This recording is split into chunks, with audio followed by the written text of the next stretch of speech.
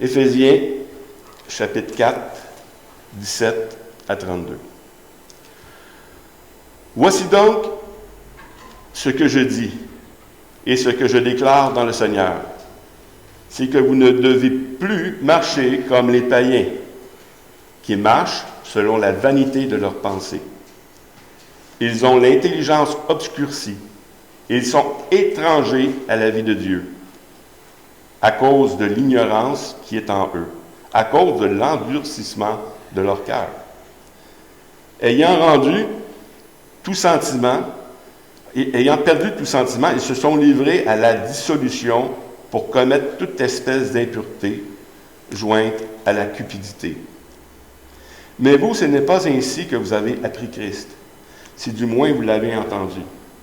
Et si, conformément à la vérité qui est en Jésus, c'est en lui que vous avez été instruits à vous dépouiller. Aux égards de votre vie passée, du vieil homme qui se corrompt par les convoitises trompeuses, à être renouvelé dans l'esprit de votre intelligence et à revêtir l'homme nouveau, créé selon Dieu dans une justice et une sainteté qui reproduit la vérité. C'est pourquoi, renonçant aux mensonges, et que chacun de vous parle selon la vérité à son prochain, car nous sommes membres les uns des autres. Si vous vous mettez en colère, ne péchez point. Que le soleil ne se couche pas sur votre colère, et ne donnez pas accès au diable. Que celui qui dérobait ne dérobe plus, mais plutôt qu'il travaille en faisant de ses mains ce qui est bien, pour avoir de quoi donner à celui qui est dans le besoin. Qu'il ne sorte de votre bouche aucune parole mauvaise, mais s'il y a lieu, quelques bonnes paroles qui servent à l'édification et communiquent une grâce à ceux qui l'entendent.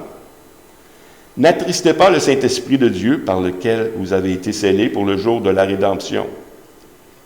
Que toute amertume, toute animosité, toute colère, toute clameur, toute calomnie et toute espèce de méchanceté disparaissent du milieu de vous.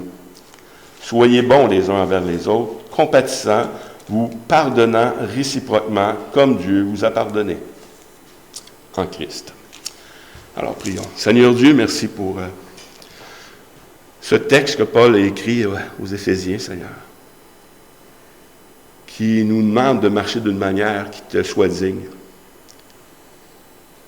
Dans le monde qu'on vit, et ce que nous étions, Seigneur Dieu, on marchait d'une manière. Mais quand tu es venu nous sauver, Seigneur Dieu, tu nous as fait de nous des nouvelles créatures, des nouvelles personnes, une nouvelle manière de vivre, Seigneur Dieu, qui est différente. Et aide-nous, Seigneur Dieu, à vivre d'une manière qui t'est agréable. Bénis ta parole ce matin, afin qu'on puisse sortir d'ici transformé à ton image, dans le nom de Christ. Amen. Amen. Amen. J'ai quand même beaucoup de versets et des choses comme ça, mais on ne prendra pas tout le passage qu'on a lu, mais on va commencer quand même au verset 21-22, qui nous dit ceci. Si du moins vous l'avez entendu ici conformément à la vérité qui est en Jésus, c'est en lui que vous avez été instruits à vous dépouiller aux égards de votre vie passée du vieil homme qui se corrompt par les convoitises trompeuses. Donc, le penchant naturel des hommes, des fois, on l'aime encore, hein? Puis souvent, on dit « Ah, moi, je ne suis pas comme ça. Ah, moi, quand on parle de s'aimer les uns les autres, de se parler de « Ah, moi, je ne suis pas de même, moi, il faut que je me venge. » Tu sais. Non, non, non. Si tu es vraiment un chrétien, ta vie doit être transformée en celle de Christ. Si on considère ce que Christ a vécu, puis comment il répondait aux accusations, on est loin de ça. Mais en tant que chrétien, on doit se dépouiller ici. Il nous dit, vous avez été instruits à vous dépouiller aux égards de votre vie passée. Mais comment on fait ça, se dépouiller aux égards de notre vie passée? Est-ce qu'on est capable de faire ça? On est capable seulement si notre vie est en Christ. Parce que notre vie en nous-mêmes, dans le monde, dans la chair, dans ce qu'on est habitué de faire, va toujours être influencée par ce monde. Et ce monde, c'est quoi? C'est la rébellion contre Dieu. C'est toute rébellion, de toute façon. Donc, ici, il nous enseigne à nous renoncer à toutes sortes de choses. Voici ce qu'on doit renoncer. La Bible nous dit tout simplement aux chrétiens, il dit « N'aimez point le monde, ni les choses qui sont dans le monde. Si quelqu'un aime le monde, l'amour du Père n'est point en lui. Car tout ce qui est dans le monde, la convoitise, le moins important, la convoitise de la chair, la convoitise des yeux et l'orgueil de la vie ne vient pas du Père, mais vient du monde. » Et dans 1 Jean, un petit peu plus loin, dans 1 Jean, il nous dit que nous savons que nous sommes de Dieu et que le monde entier est sous la puissance du malin. Donc, le monde, c'est quoi? C'est tout ce que Satan, tout simplement, influence les gens. Et nous, je ne sais pas si vous êtes comme moi, mais moi, si quelqu'un est colérique à côté de moi, il faut que je respire. Parce que moi-même, je deviens colérique. La vieille nature, elle revient, même si je suis un chrétien. Elle revient et elle veut se venger. Mais en Jésus-Christ, on doit apprendre autre chose. C'est une situation, c'est une réaction normale en passant. Hein? Quand ça arrive, c'est normal. Mais en même temps, d'un coup, tu as respiré, puis tu te dis, non, je ne suis pas ça en Jésus-Christ. En Jésus-Christ, je suis autre chose. Voici ce que le monde fait et ce que le monde pense. C'est un texte, chaque fois que je lis ce texte-là, je vais vous lire un passage des mémoires de Mme Feller, mais toutes les fois que je lis ce passage, je pense à elle. C'est assez, en effet, d'avoir, dans le temps passé, accompli la volonté des païens en marchant dans la dissolution, les convoitises, l'ivrognerie, les excès du manger et de boire et les idolâtries criminelles. Mais ça n'arrête pas là, il dit « Aussi trouve-t-il étrange que vous ne vous précipitiez pas avec eux dans un même débordement de débauche, et ils vous calomnient. » Nous, on est sortis du monde. Dieu nous a sortis du monde et on est appelé à vivre d'une autre manière.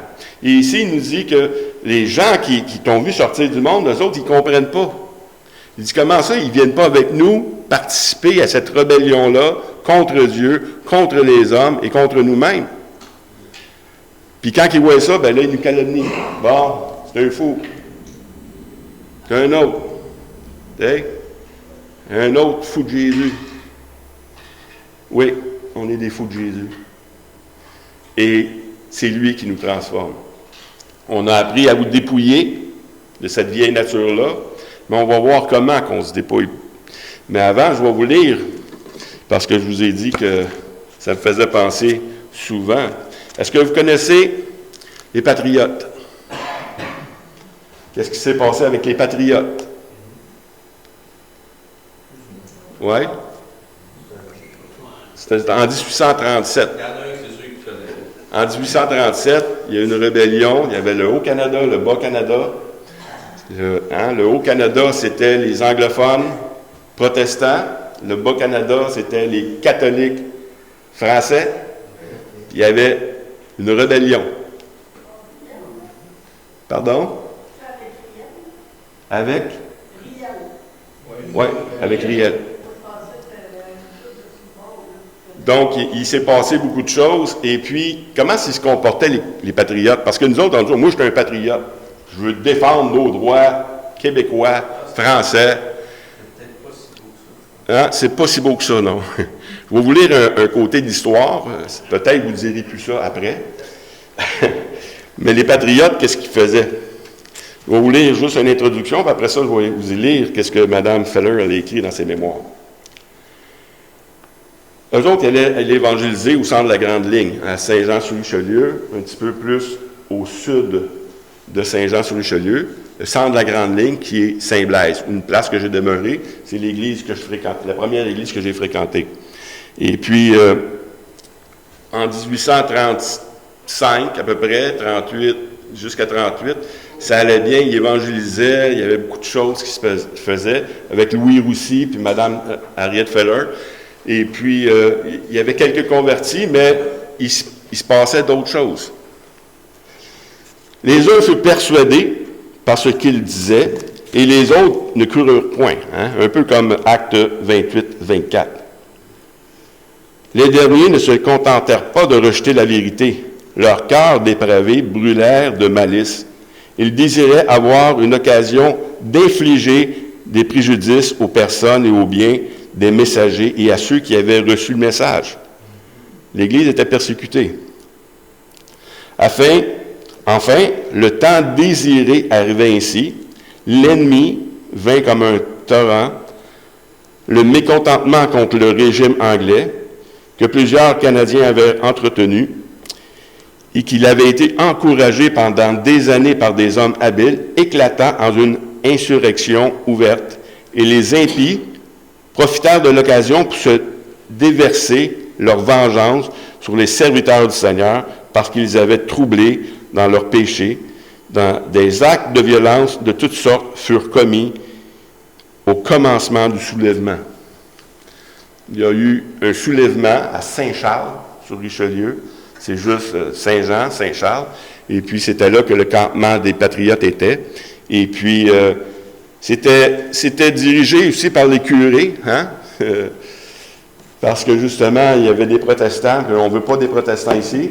Hein? Fait qu'on veut les éliminer. De toute façon, c'est du diable. Ils ont des cornes en dessous du chapeau, qu'on lui disait. Puis, même quand les gens allaient évangéliser, les gens lui faisaient enlever le chapeau pour savoir s'il y avait vraiment des cornes. Fait que, je ne sais pas si c'était vraiment ridicule ou exagéré, mais c'est des choses qui se passaient. Mais voici ce que les patriotes faisaient. Le mouvement des rebelles avait toujours lieu la nuit. Ils se rencontrèrent en groupe de 100, 200 et parfois davantage.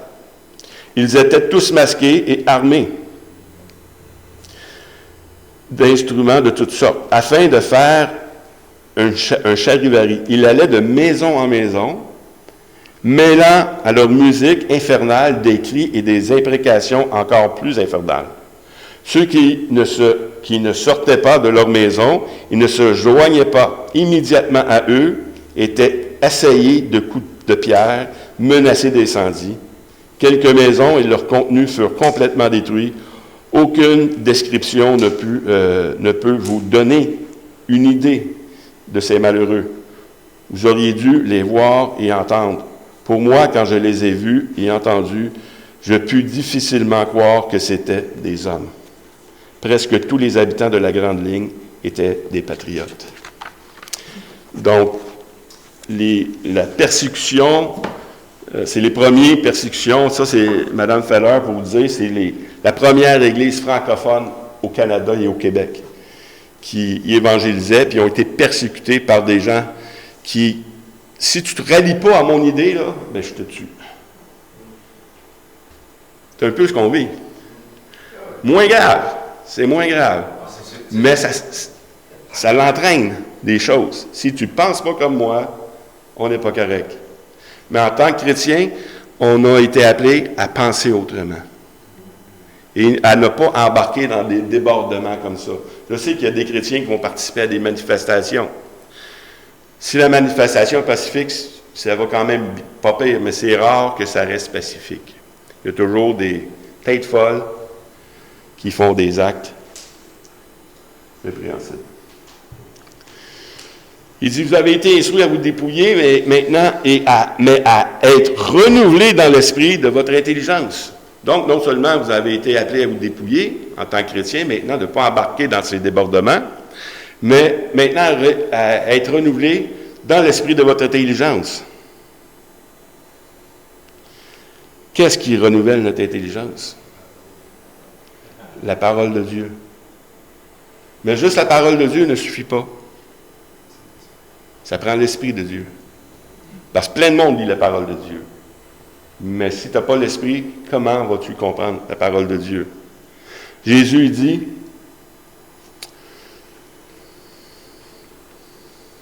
en vérité, vous le dis, si un homme ne naît de nouveau, il ne peut voir le royaume de Dieu. Nicodème lui dit, comment un homme peut-il naître quand il est vieux? Peut-il entrer dans le sein de sa mère et naître? Jésus répondit, en vérité, je te le dis, si un homme ne naît d'eau et d'esprit, il ne peut entrer dans le royaume de Dieu. Ce qui est né de la chair est chair, ce qui est né de l'esprit est esprit.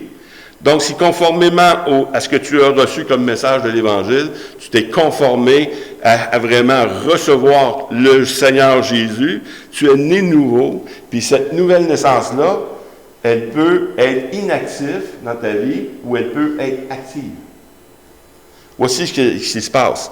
Hein, c'est parce que c'est l'Esprit qui rend témoignage à notre esprit qu'on est des enfants de Dieu. Donc, si tu n'as pas l'Esprit, si tu n'es pas né nouveau vraiment, tu as juste reçu le message, mais tu n'es pas né nouveau, ça ne change pas grand-chose.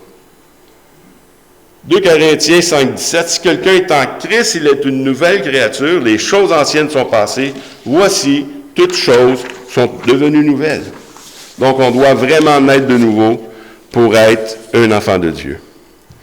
Parce qu'on doit, verset 24, le passage qui suit, dans Éphésiens 4, et être revêtu de l'homme nouveau, créé selon Dieu, dans une justice, une sainteté, que produit la vérité.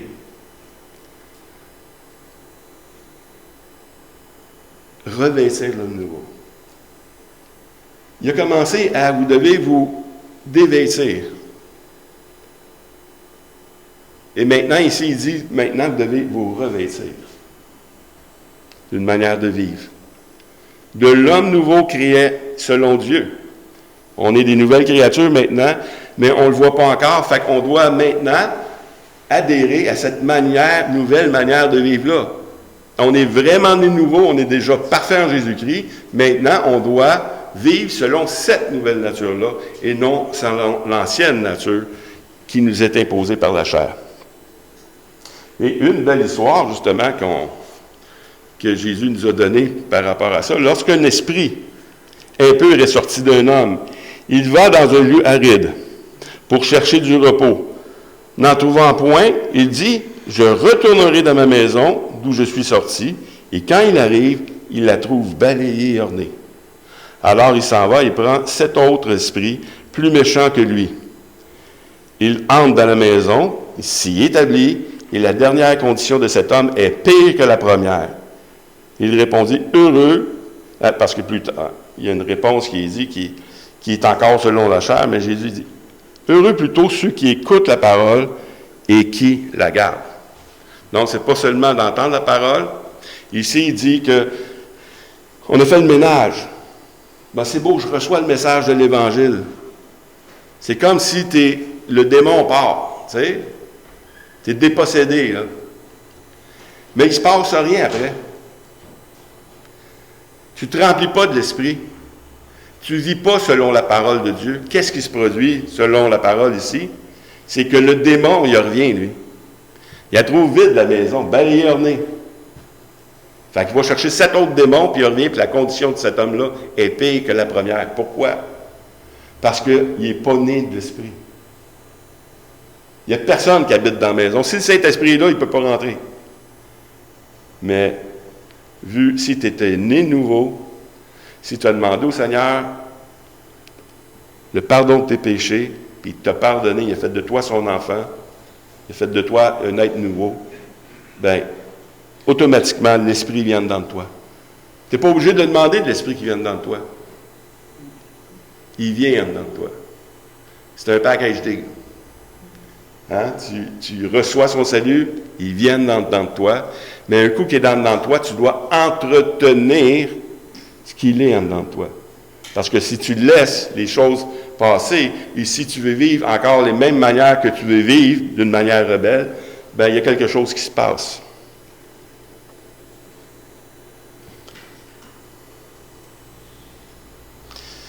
Dans Philippiens 3, 8 et 9, il dit,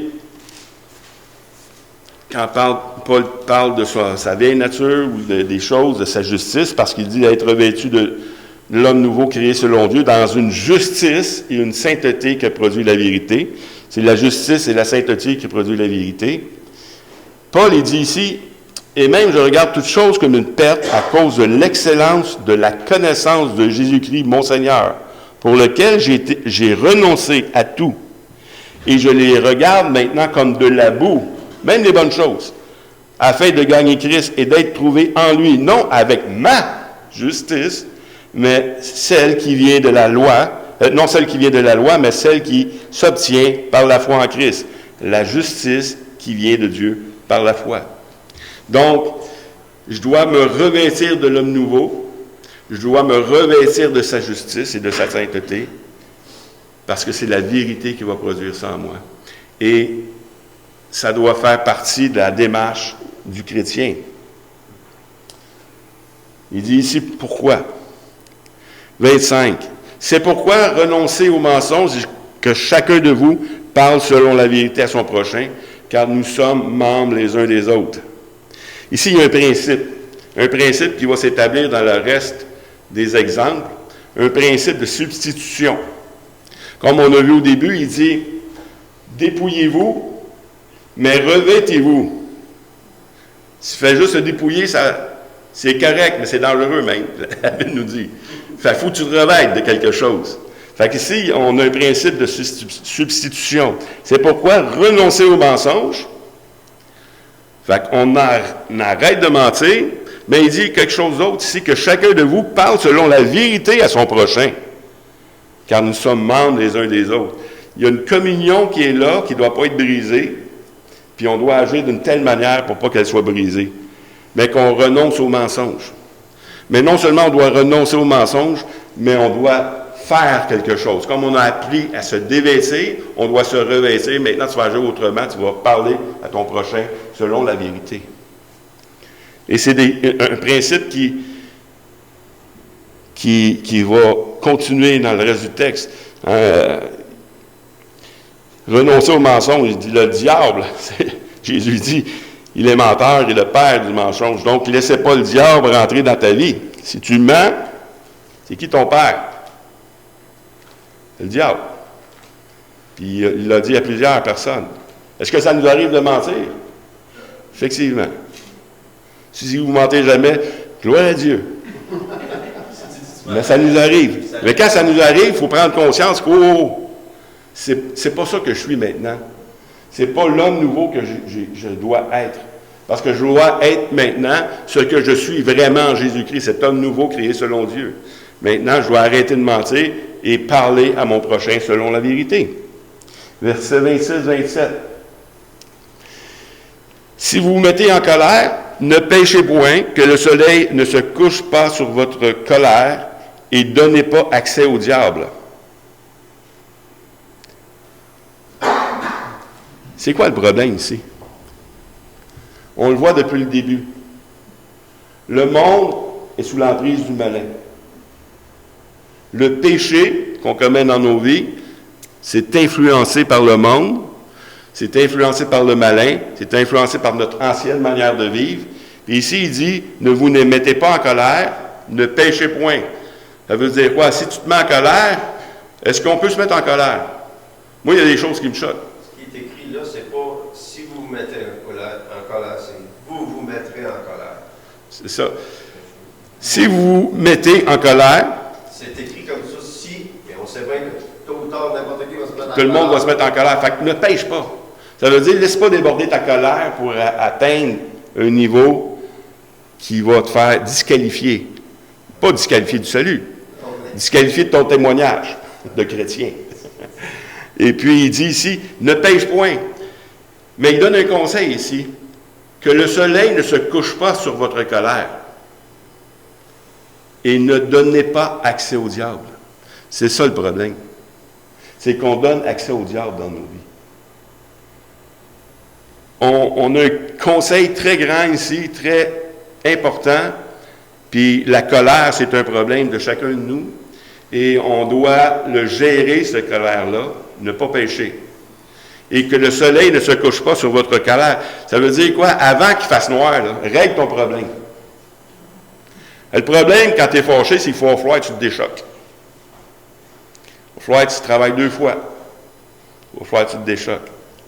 Parce que si tu te couches avec ta colère, je ne sais pas si c'est lié directement, mais tu donnes accès au diable. Tu vas réfléchir à ça. Puis tu vas méditer le mal. Puis tu peux diviser ton couple. Tu peux diviser l'Église. Tu peux diviser tout ce qui est important pour Dieu. Donc, c'est un problème. Qu'est-ce qu'on peut dire? Ici, il dit pas, oui, mais si tu fais pas, il dit, fais pas ça.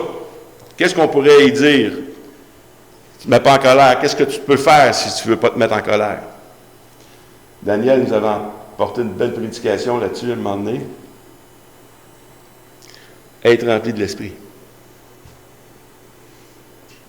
Ne vous enivrez pas de vin, c'est de la débauche, soyez au contraire remplis de l'Esprit. Pourtant, on l'a déjà, l'Esprit, oui.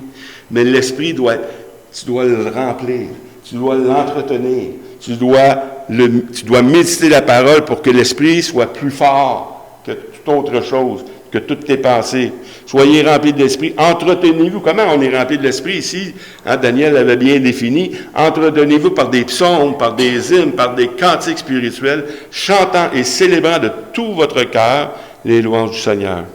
Rendez continuellement grâce pour toutes ces choses à Dieu, le Père, au nom de notre Seigneur Jésus-Christ, vous soumettant les uns les autres dans la crainte de Dieu.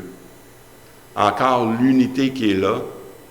Si tu te mets en colère, ben va voir le Seigneur. Va lui demander pardon. Puis fais le contraire. Tu ne dois pas seulement arrêter d'être en colère, mais tu dois te remplir de l'Esprit. Va te réjouir.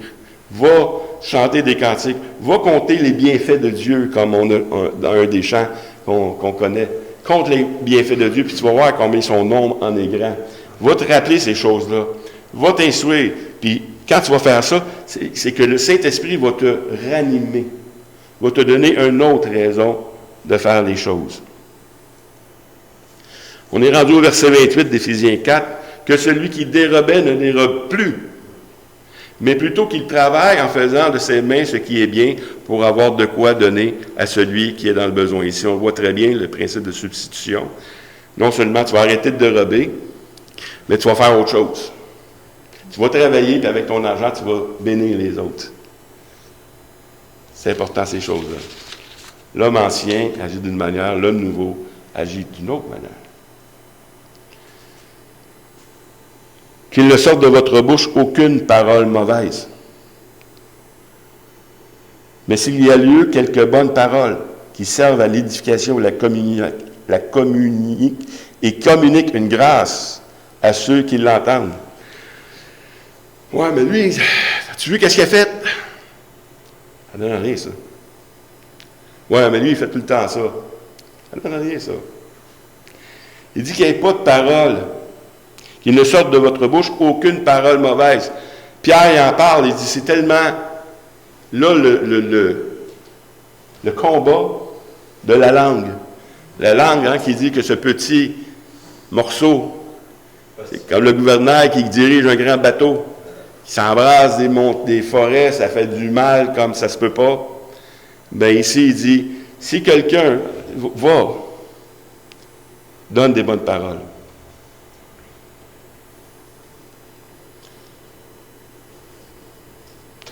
Qu'il ne sorte de votre bouche aucune parole mauvaise, mais s'il y a quelques bonnes paroles qui servent à l'édification et communiquent une grâce à ceux qui l'entendent. Nous, on avait commencé on ne l'a pas poursuivi longtemps, mais on a quand même 4 enfants, puis on essayait de dire, essaye de trouver quelque chose de bon de l'autre à côté. Il faut que tu trouves de quoi de dire de bon de l'autre à côté de toi. Puis juste cet exercice-là de trouver... On n'est pas habitué de dire de quoi de bon. On se plaint tout le temps. On se plaint des autres, comment est-ce qu'ils sont, mais essaie de trouver comment est-ce qu'ils sont. Dis une bonne parole à propos. Puis ça va changer. Commence, parce que qu'est-ce que tu déclares de ta bouche, là? Je vais enseigner là-dessus prochainement. C'est tellement important, c'est tellement puissant ce qui sort de la bouche, qu'on n'est même pas conscient en tant que chrétien que c'est un danger. Qu'est-ce qu'on fait? Mais le contraire est aussi vrai, c'est l'édification. Je ne sais pas si quelqu'un l'a vu, le post que j'ai mis cette semaine sur Facebook, mais il parle de l'homme qui n'a pas confiance en lui, qui ne vaut rien, puis ainsi de suite. Mais quand tu lis en envers, ça change le texte complètement. Complètement, le texte est changé. Tu es édifié. Tu dis, plus jamais je vais penser de même de moi. Puis c'est vraiment bon. Mais c'est ça. C'est pas seulement on va dire des mauvaises choses, mais on doit dire des bonnes choses. Ça va changer la situation. Ça va rétablir les relations. Parce que le but des messages, puis le but de toutes choses, c'est de garder l'unité. L'unité avec Dieu, l'unité dans ta famille, puis l'unité avec l'Église. C'est tellement fragile. Puis nous, on pense qu'il n'y a pas de problème, je peux faire ce que je veux, puis je peux dire ce que je veux. Non, non. Tu ne peux pas dire ce que tu veux, puis tu ne peux pas penser ce que tu veux. Tu dois penser comme Christ. Si vraiment tu es un chrétien, tu dois penser maintenant comme Jésus-Christ. Verset 30-31. N'attristez pas le Saint-Esprit de Dieu, par lequel vous avez été scellés pour le jour de la rédemption. Que toute amertume, toute animosité, toute colère, toute clameur, toute calomnie et toute espèce de méchanceté disparaissent du milieu de vous. Ça fait quoi quand on dit des mauvaises choses? Ça l'attriste le Saint-Esprit. Ça l'attriste le Saint-Esprit. Si ça l'attriste le Saint-Esprit, c'est que tu as moins de power. Hein? Vous recevrez une puissance sur vous, le Saint-Esprit. La puissance, c'est le Saint-Esprit. Si tu l'attristes, tu n'es plus puissant.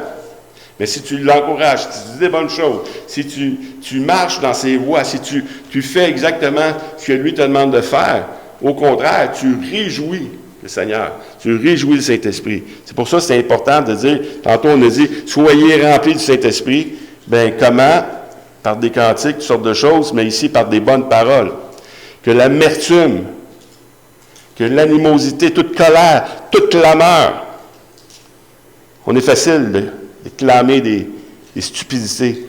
Toute calomnie, quand on parle contre les autres, toute espèce de méchanceté disparaisse du milieu de vous.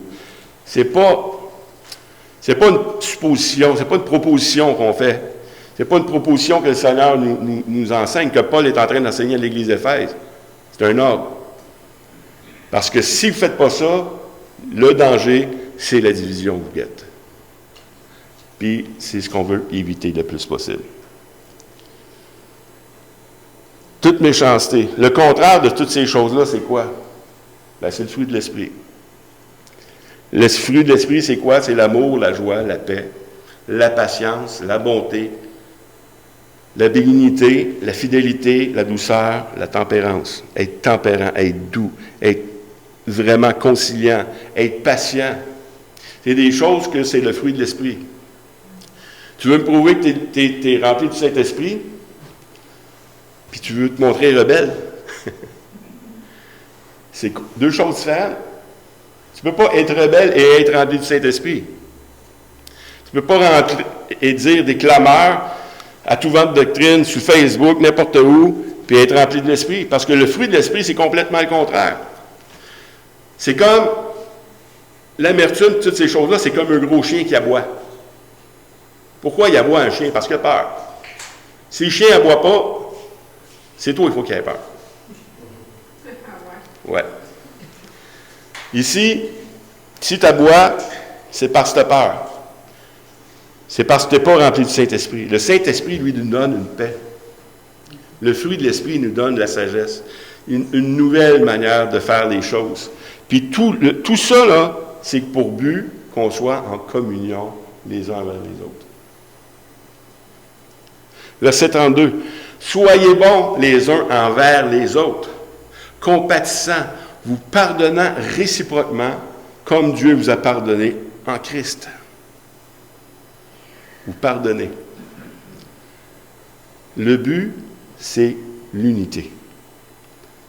Le but de toute chose pour Jésus-Christ, c'est l'unité. Mais il y a un passage, même que Paul dit, pardonnez-vous. Pardonnez-vous. Parce qu'il s'était passé quelque chose dans l'Église de Corinthe, puis il y a des gens qui ne pardonnaient pas. Non, il faut pardonner. Et Paul, il dit ici aux gens de Corinthe, qu'est-ce qui arrive? Or, à qui vous pardonnez, je pardonne aussi.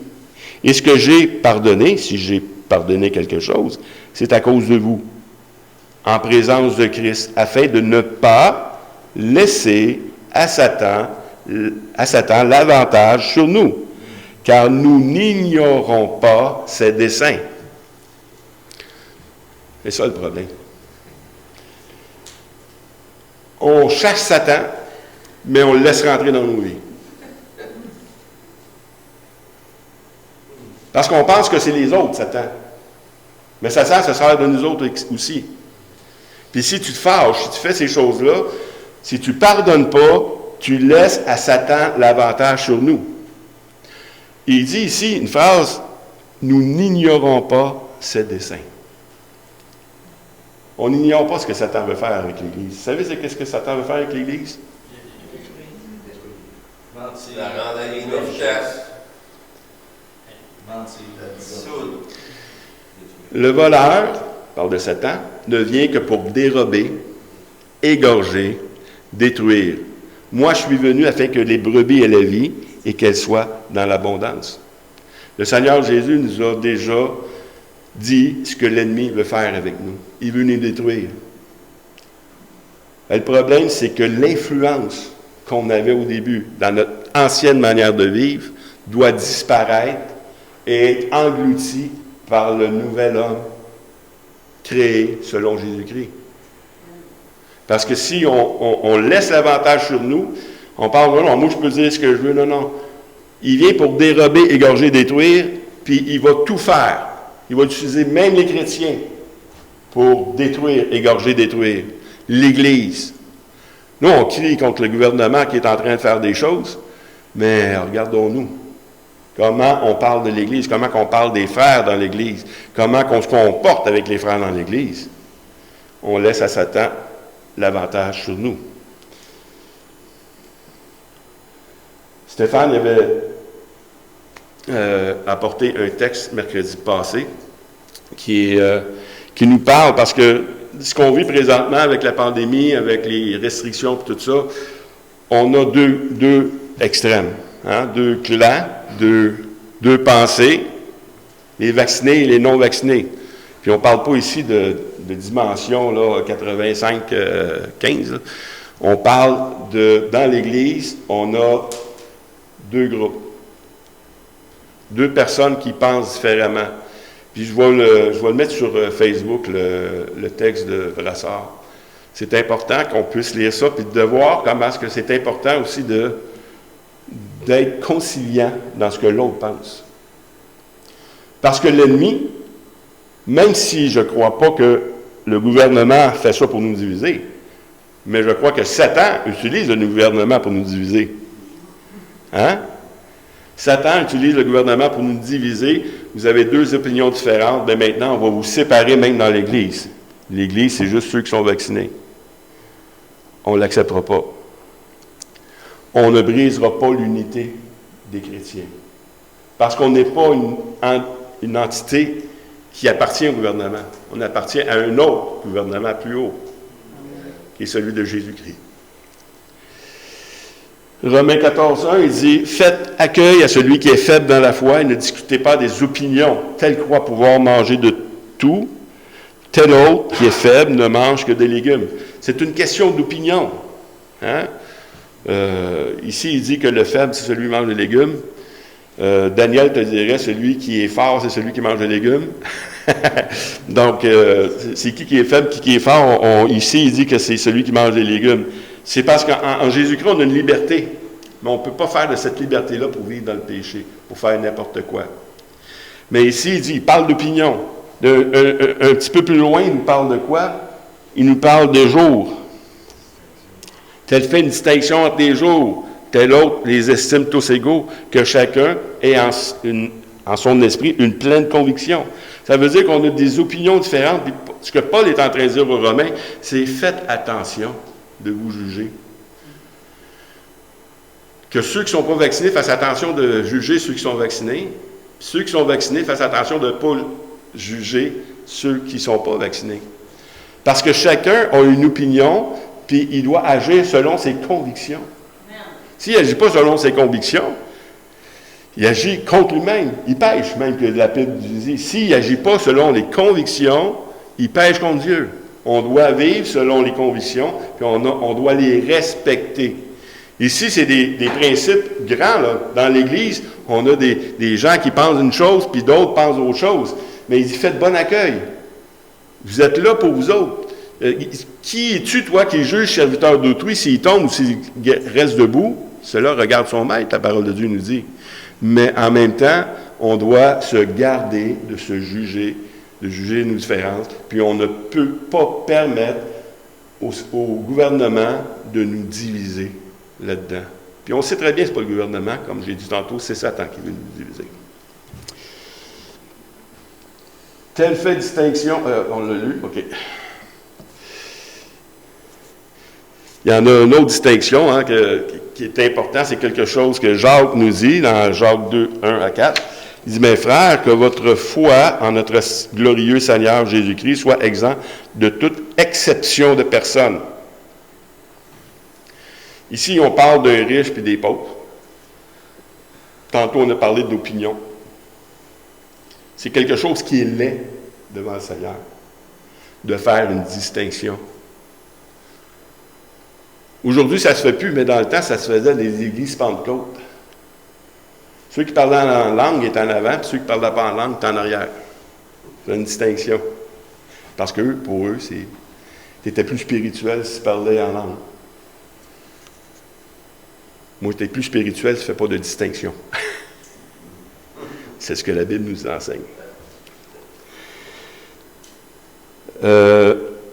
Genre, exception, supposons en effet qu'il rentre quelqu'un. Je n'ai pas besoin de le lire parce mais verset 4, il dit, ne faites pas en vous-même une distinction et ne jugez-vous pas sous l'inspiration d'une pensée mauvaise. L'inspiration d'une pensée mauvaise, ça vient du monde. Le monde est inspiré par Satan, le malin. Donc, on ne doit pas vivre comme le monde, mais on doit vivre comme le Seigneur nous dit. Ça achève. Oui, ça achève. On est rendu à Romains 15, 5 à 7. Que le Dieu de la persévérance et de la consolation vous donne d'avoir les mêmes sentiments les uns envers les autres selon Jésus-Christ, afin que tous, ensemble, d'une seule bouche, on l'a chanté ce matin, d'une seule bouche, vous glorifiez le Dieu et Père de notre Seigneur Jésus-Christ. Accueillez-vous donc les uns les autres, comme Christ vous a accueillis pour la gloire de Dieu. On doit s'accueillir les uns les autres. Éphésiens. Je vous exhorte donc, moi, le prisonnier dans le Seigneur, à marcher d'une manière digne de la vocation qui vous a été adressée, avec toute humilité, douceur et patience, vous supportant les uns les autres avec charité, vous efforçant de conserver l'unité de l'esprit par les liens de la paix. Il y a un seul corps, il y a un seul esprit, comme aussi vous avez été appelés à une seule espérance par votre vocation. On a lu Éphésiens, on est en train d'étudier Éphésiens. C'est le début d'Éphésiens 4, ça. L'unité du croyant, des croyants, vivre dans la paix. Et il continue à Éphésiens, il ne dit pas juste de l'unité de l'esprit par les liens de la paix, mais ici, il dit aussi, pour le perfectionnement, qu'il a donné des dons aux hommes, pour le perfectionnement des saints en vue de l'œuvre du ministère et de l'édification du corps de Christ, jusqu'à ce que nous soyons tous parvenus à l'unité de la foi et de la connaissance du Fils de Dieu, à l'état d'homme fait à la mesure de la stature parfaite de Christ. Non seulement l'unité de l'esprit, mais l'unité de la foi. Tout ça doit être conservé. Deux derniers passages. Corinthiens 12, 23-27. Et ceux que nous estimons être les moins honorables du corps, nous les entourons de plus grands honneurs. Ainsi, nos membres les moins honorés reçoivent le plus d'honneur, tandis que ceux qui sont honnêtes n'en ont pas besoin. Dieu a disposé le corps de manière à donner plus d'honneur à ceux qui en manquaient, afin qu'il n'y ait pas de division dans le corps. mais que les membres aient également soin les uns des autres. Et si un membre souffre, les membres souffrent avec lui. Si un membre est honoré, tous les membres sont honorés. Se réjouissent avec lui, et vous êtes le corps de Christ, et vous êtes ses membres, chacun pour sa part. Chacun pour sa part. On est important. Puis on doit préserver l'unité. Dernier passage, puis qui nous parle d'unité, c'est Colossiens, j'en ai parlé la semaine passée. Mais par-dessus toutes ces choses, revêtez-vous de la charité qui est le lien de la perfection. Le lien de la perfection. Et que la paix de Christ, à laquelle vous avez été appelés, pour former un seul corps, règne dans vos cœurs et soyez reconnaissants. Soyons reconnaissants pour les uns pour les autres. Parce qu'on est importants les uns pour les autres. Il n'y a pas de plus petit, de plus grand. Même celui, il dit ici, il a dit tantôt que celui qui manquait le plus de choses, il donne un poste plus haut parce qu'il en manquait, afin qu'on tous, on soit égal.